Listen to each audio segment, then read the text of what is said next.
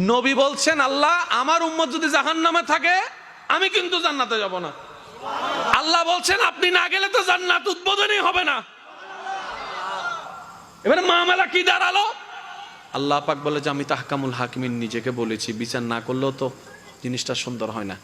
ও নবী একটা কাজ করেন, ওয়ালা সৌফা ইউতিকা রাব্বুকা ফাতারদাত, আমি কাউকে বলি নাই, আপনাকে না বলেছি।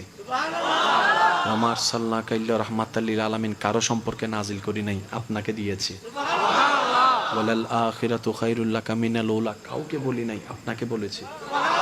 আর আমি আল্লাহ ভালো করে জানি আপনি হচ্ছেন উম্মতের দরদি নবী।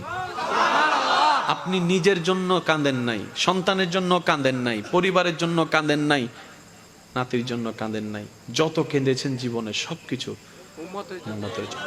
এমনকি হাসরের ময়দানে যখন সর্বপ্রথম আমাদের নবীকে আল্লাহর হুকুমে তোলা হবে,